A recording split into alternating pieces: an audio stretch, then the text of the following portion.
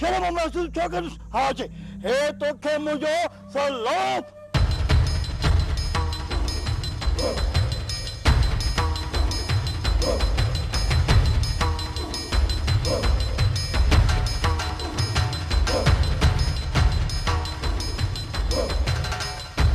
बार भलाई इन्हीं में थी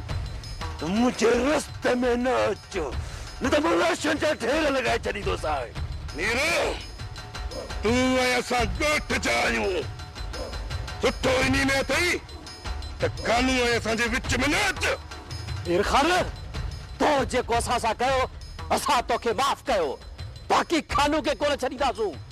मीर खान नथो मुड़ी न तो असा यो विसार छडीदा से तो तू असांजे गोठ जो आहीं खानू मुझो दोस्त न पर मुझो भाव अरे गिदड़न जिया टोलो ठाए शींह के बधो थव ता छा था समझो खानू के मां हिन मुसीबत में ॾिसी कुछ न कंदुस ऐं वापस हलियो वेंदुस न आयो किस न बस मीरे एक कदम भी अॻिते न वधाए जाए खुलियल शींह जो शिकार कर एतिरो आसान नाहे जबार या बंदूकड़ी हेठ कर या बंदूकड़ी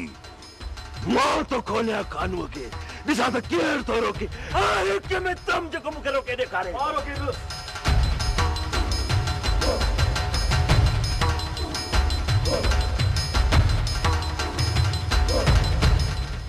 मीर खान तो के मां रोकिंदो खानू कानून जो मुजरिम आहे खानू कानून जो मुजरिम आहे पर जेकी कुछ इन्हनि खानू सां वर्ताव कयो आहे उन जो हिसाब केर ॾींदो खानू कानून जो मुजरिम आहे ऐं मुजरिम सां अहिड़ो ई वर्ताव थींदो आहे वठी हलो थाने ते खानू खे मां थो ॿुधायां त कानून खे मज़ाक सम्झण जो अंजाम छा थींदो आहे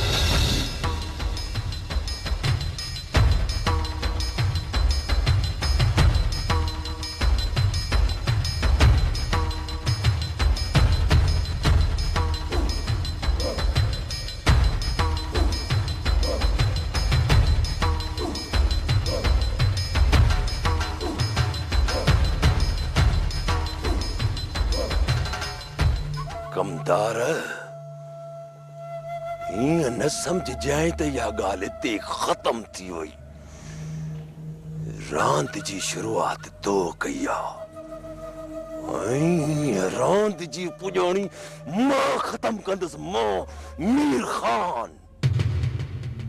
तो खानूअ खे ॿधी घटी में घुमायो आहे यादि रखजांइ कमदार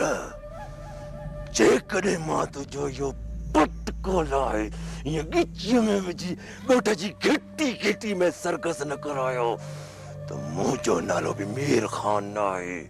जेकॾहिं मां इहो कमु न कयो न त हीअ मुछूं ॾिसी थो न मुछ ते हथ आहे त मां इहे मुछूं कुड़ाए वेंदुसि घटी घुमाईंदुसि